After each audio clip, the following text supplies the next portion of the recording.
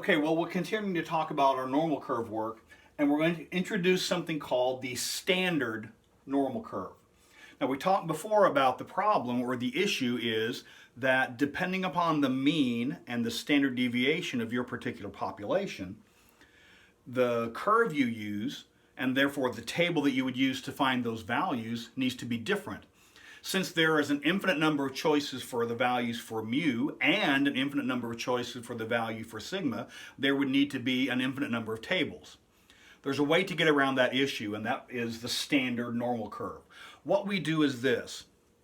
We choose one table to be the standard table. Everyone comes to this standard table, you find your probability value, and then you go off and write your paper.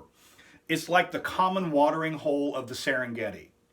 So, if you're doing research in metallurgy, you take your data to the standard normal table, translate your data from whatever language you're speaking, metallurgy, to the standard language, find the probability, and then you go back and write your paper. If you're doing work in biology or medicine or sociology, you take your data, translate to the standard scale, find your probability, and then go back and write your paper.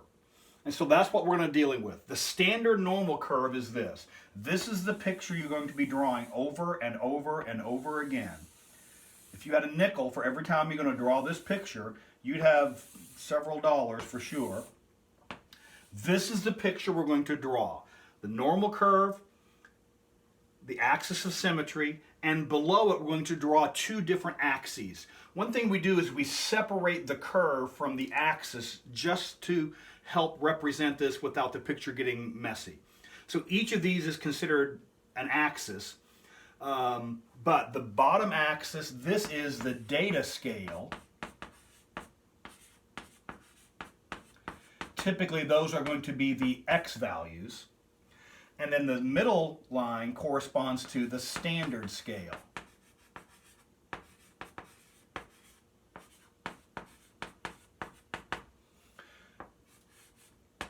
Everyone in the world labels the standard scale as the z scale.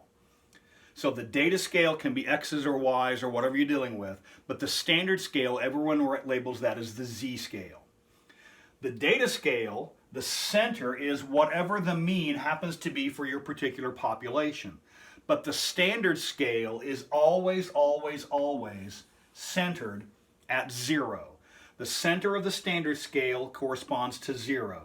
Any value to the right must be a positive number. Any value to the left must be a negative number.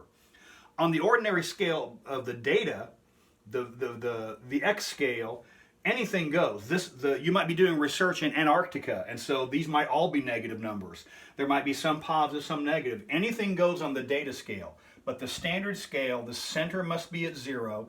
Values to the right must be positive. Values to the left must be negative. And so that's the standard scale corresponds to the center is at 0. The values to the right are positive. Values to the right are negative. All right? So